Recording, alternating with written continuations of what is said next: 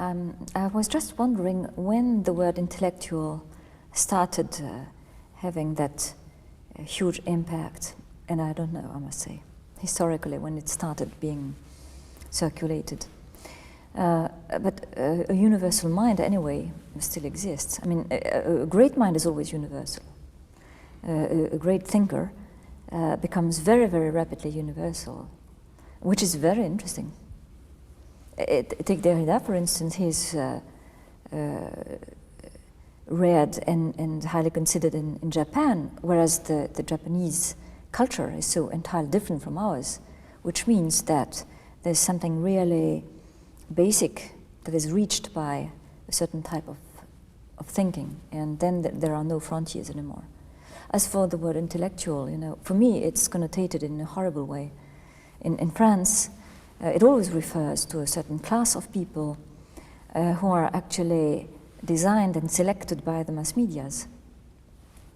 And there has been an issue of the weekly Nouvel Observateur recently. It's not the first time, but this is very recent. And there's a large paper on the intellectuals who lead French thinking in 1992. And about a year ago, it was dedicated to those who were going to lead the 21st century. And then you take the list, which is absolutely haphazard, you know, heterogeneous, etc. There's never one woman. Never. They don't exist ever. No scientist, no writer, nothing. But that's, you know, the concept intellectual. It's reserved, it's a caste. It's incredible. So I don't like it. But the idea of universality does not, oh, yes, of course, does not trouble you at all? Oh, no, of course not.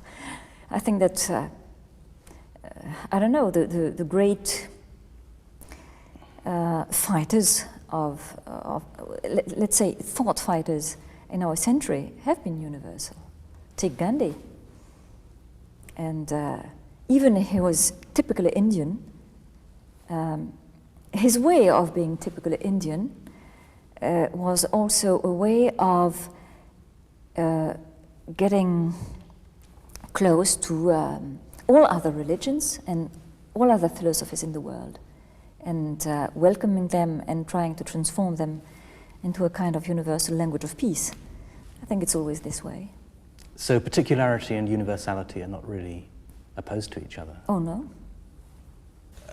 I'd like you to say something about the strategies that you have explored, both in practice and in theory, for escaping from the system of phallocentrism. And maybe this is too brutal a summary of how I understand your work, but it seems to me that there are two basic strategies that have been explored. One is a strategy of silence, and the other is a strategy of writing.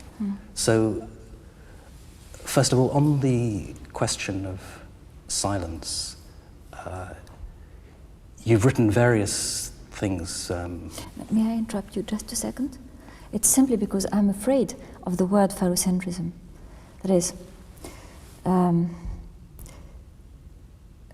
for instance, I very seldom use it, because I know that it's a source of misunderstanding. You know, the moment you start saying phallocentrism, I think that most people, or particularly men, of course, feel as if they were included, you know, under that cursed word. And I think that when you work culturally, artistically, or ideologically on that very important question of the development of and the the growing happiness and independence of everyone, included women. Of course, you have to carefully underline and remember that not all men, for instance, are phallocratic, otherwise nothing would ever, of course, change in the world, nor are all women anti-phallocratic. We are all a little ambivalent, and So I'm always very, I always mistrust, you know, these huge, heavy words that they have had, or they have their use, but they should be carefully used when we speak together. So about strategies.